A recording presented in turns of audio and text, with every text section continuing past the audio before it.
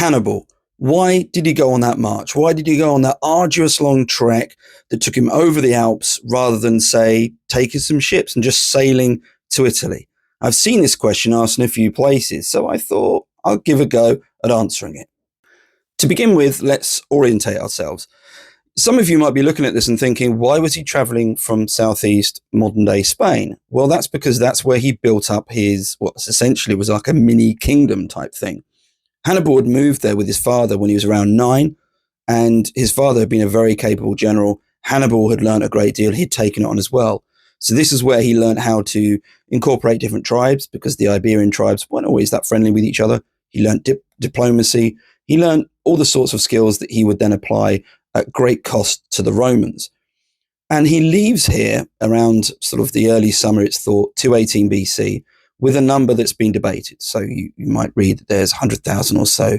I think it's thought that it was between 60 and 70,000 infantry and around 12,000 cavalry, something like that. And he takes them and obviously goes on that famous march. And I did a video on this somewhere else another time, just mentioning that he did lose men on the way there. He disbands 10,000 infantry and 1,000 cavalry because he's not quite sure about them. But when he's looking to cross the Alps, obviously he loses men doing that as well. When he descends the Alps, he's got around 20,000 infantry and 6,000 cavalry. And we know that because Polybius saw this written down on a column that apparently had been inscribed by Hannibal. And unfortunately, Polybius doesn't take any other notes. And that is a number that we generally accept as being, relatively factual. So he does have a small force. So how do you move them by ship? So let's just take the two numbers.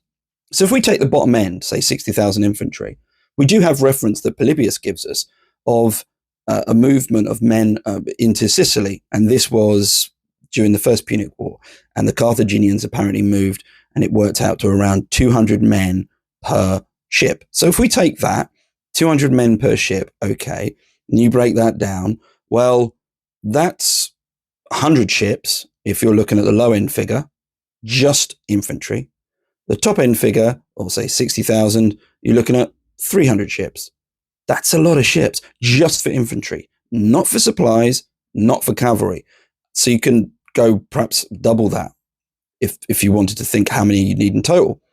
And okay, so let's just imagine he magically has that number of ships. Well, first of all, you've told the Romans exactly what you're doing, because you don't build that massive of a navy unless you're going to use it. So straight away, Rome knows what you're doing.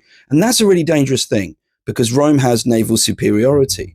But let's imagine they don't have naval superiority. Let's imagine that, they're quite evenly matched. It's still not a match, because when you're moving that many men, you're moving all those supplies, your ships are low in the water, and you are proverbial shooting ducks. I mean, sitting ducks or fish in a barrel. You get the idea. You're very, very exposed. In fact, the Carthaginians have found that out towards the end of the First Punic War, where they'd sent a relief force with loads of supplies to Sicily. This got caught out in the open by a Roman force, a Roman naval force, who then just wiped them out. And that essentially brought the First Punic War to the end. So even if Rome didn't have naval superiority and they were quite well matched, you're still putting a huge amount of risk placed on that particular movement. And it doesn't just stop there. Let's imagine now that you could have that number of men move across freely, not being challenged at all, and the weather was fine. Well, where are you going to end up beaching them? Where are they going to go to? Because, again, that many men, you've got to keep them supplied, you've got to keep them in order, you've got to make sure that horses are fed. Now, without going into more logistics, there's a lot of debate as to how much food and water horses would have needed back then. Well, water-wise, it's been estimated around 20 litres per horse a day. That's a lot. Men around 8 litres a day. Again, debatable figures, but it gives you some idea. You're talking lots and lots of resources here, lots of supplies. And in fact, it's something that I've made a point on in previous videos about Hannibal, is that when he's in southern Italy, he's constantly running against the clock to keep those supplies coming. That's why he is at Cannae. He's not at Cannae because he just likes it and fancies a fight with the Romans. He's there because of the grain silos. So again, this is a lot about logistics, which isn't always fun and entertaining, but unfortunately it underpins pretty much everything you do, particularly in ancient warfare. I'm pretty sure in modern day warfare as well. I'm sure someone will tell me that's true.